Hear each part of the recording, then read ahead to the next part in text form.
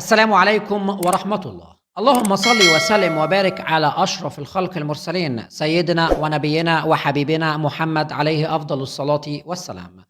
أهلا بكم. ملك الأنفيلد الأوحد والهداف التاريخي لليفر، الهداف التاريخي لليفربول محمد صلاح، وأصبح رقم 10 على ترتيب قائمة الهدافين في الدوري الإنجليزي على مر التاريخ، مر العصور. مو صلاح، محمد صلاح في عيون جماهير ليفربول بأنه هدية من الله، هدية من الله، هدية من ربنا سبحانه وتعالى، وده أقل وصف ممكن يتوصف به الفرعون المصري الملك محمد صلاح. من وجهة نظر الشخصية محمد صلاح ده ربنا بيحبه والله العظيم. تقول ازاي؟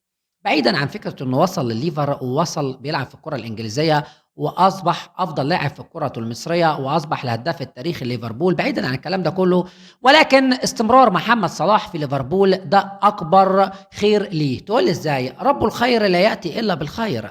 تخيل عزيزي المشاهد، محمد صلاح لو راح الدوري السعودي، راح الاتي، راح العميد، راح الاتحاد في بداية هذا الموسم، اولا كان هيتوقف عن تحطيم الارقام القياسيه في الدوري الانجليزي وفي الكره الانجليزيه، فوارد حد بعدك يجي ممكن يحطم كل الارقام دي. انما دلوقتي محمد صلاح كان زمانه بياكل كبسه في السعوديه، بياكل كبسه مع العميد، بياكل كبسه اللي اترزع 3 من الاهلي والنهارده اترزع 3 من الرائد، فرقه هش وملهاش اي لازمه، فرقه نص لبه نص كم، وقع من العاشر ال15 كمان. عموما محمد صلاح ماتش كبير يستمر في تحطيم الارقام القياسيه، من اعظم الماتشات في الكره الانجليزيه، الدوري الانجليزي هذا الموسم من وجهه نظر الشخصيه يكاد يكون الافضل، وممكن كمان والله العظيم اخر 5 مواسم الماتش ده يترتب في اول 5 ماتشات.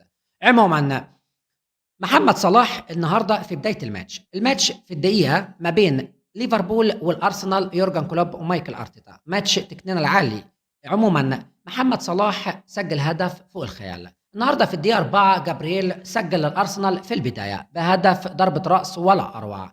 فرقه الارسنال بتقدم كره فوق الكتاب، فوق الخيال، كره عظمه والله العظيم. عموما محمد صلاح بعد كره عابره للقارات من ارنولد من نص ملعب الليفر، كرة عابرة للقارات وصلت للجبهة اليسرى لمحمد صلاح اللي عدى زي السكينة في الحلاوة، والله العظيم زي السكينة في الحلاوة. أنا حتى ما شفتش المدافع من كتر ما محمد صلاح ماشي جنبه ولا بيعمل الهوا، ما غير هي التمويهة بتاعته اللي ما عندوش غيرها طبعا، بس ولا أروع والله العظيم. عموما عدى زي السكينة في الحلاوة وحط الكرة في السوكة، والله العظيم هدف ولا أروع كعادة صلاح. هي هدف صلاح، هي هدف محمد صلاح. لاعب مبروك، ربنا بيحبك يا ابني والله العظيم.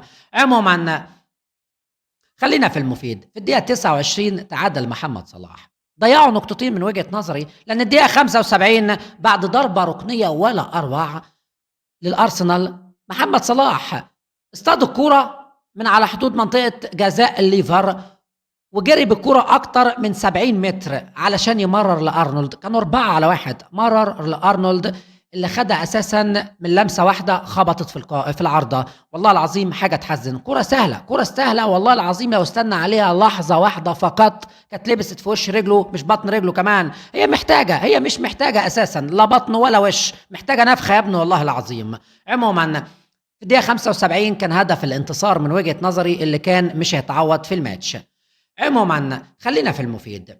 محمد صلاح أصبح تخطى مايكل أوين وأصبح رقم 10 في ترتيب هدافي الكرة الدوري الإنجليزي، أصبح رقم 10 ب151 هدف. الحاجة التانية من وجهة نظري الشخصية، محمد صلاح ده والله العظيم 3 حاجة تدرس، بيعمل كل حاجة في الكورة من وجهة نظري، بيحطم كل الأرقام. فعلا الاستمرارية في السعي والله العظيم بتضمن لك حتمية الوصول يا باشا، كل ساع لابد أن يصل، كل ساع مضمون له الوصول بنسبة 100%. عموما بسم الله الرحمن الرحيم، محمد صلاح النهاردة أصبح دلوقتي أول لاعب في الكرة الإنجليزية، أول لاعب في الدوري الإنجليزي، والله العظيم بيسجل أكتر من 10 أهداف. في مين؟ في فرق عتاولة اللي هي الأرسنال والمان يونايتد والمان سيتي. مش كده كمان وبس، محمد صلاح أصبح النهاردة أكتر لاعب في ليفربول، أصبح أكتر لاعب مشاركة تهديفية واضحة وصريحة تتحسب له بإزاي؟ ب121 مشاركة في 120 ماتش على ملعب الأنفيلد، 88 هدف، 33 مساهمة واضحة وصريحة، تخطى ستيفن جيرالد اللي في المركز الثاني ب120 مساهمة ومشاركة واضحة تهديفية.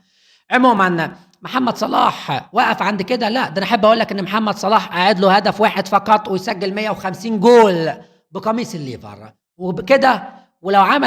ولو سجل الهدف ده واصبح سجل 150 هدف بقميص الليفر فقط في الدوري الانجليزي، سيصبح خامس لاعب في تاريخ النادي اللي يصل للرقم ده. محمد صلاح اصبح في ترتيب هداف الدوري الانجليزي رقم 2 ب 12 هدف بعد الحاضر الغايب هالاند ب 14 هدف. محمد صلاح والله العظيم فخر للعرب، فخر للكرة المصرية داخل المستطيل. محمد صلاح ترتيب الدوري الإنجليزي بعد 18 جولة، رقم 1 الأرسنال بمايكل أرتيتا أصبح 40 بونت، رقم 2 الليفر 39 بونت، والله العظيم كانت فرصة العمر. 3 الحصان الأسود أستون فيلا 39، رقم 4 36 بونت توتنهام، رقم 5 السيتي، ولكن السيتي عنده ماتش ناقص، لعب 17 ماتش، عنده 34 فقط، يعني السيتي يعتبر 34 ولو فاز الماتش 37، فرق 3 بونت فقط عن الصدارة. دوري ولا أروع، دوري من الكتاب، دوري عظيم. عموما السيتي كان مشغول مع فلومينينسي وفاز برباعية وفاز بكأس العالم للأندية.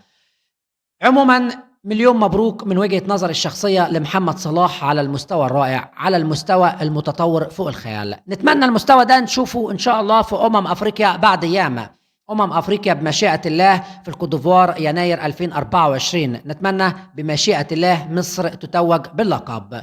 ما تنساش اللايك الجميل والاشتراك في القناة وتفعيل زر الجرس ليصلك كل جديد. حبيب قلبي، دمتم في أمان الله.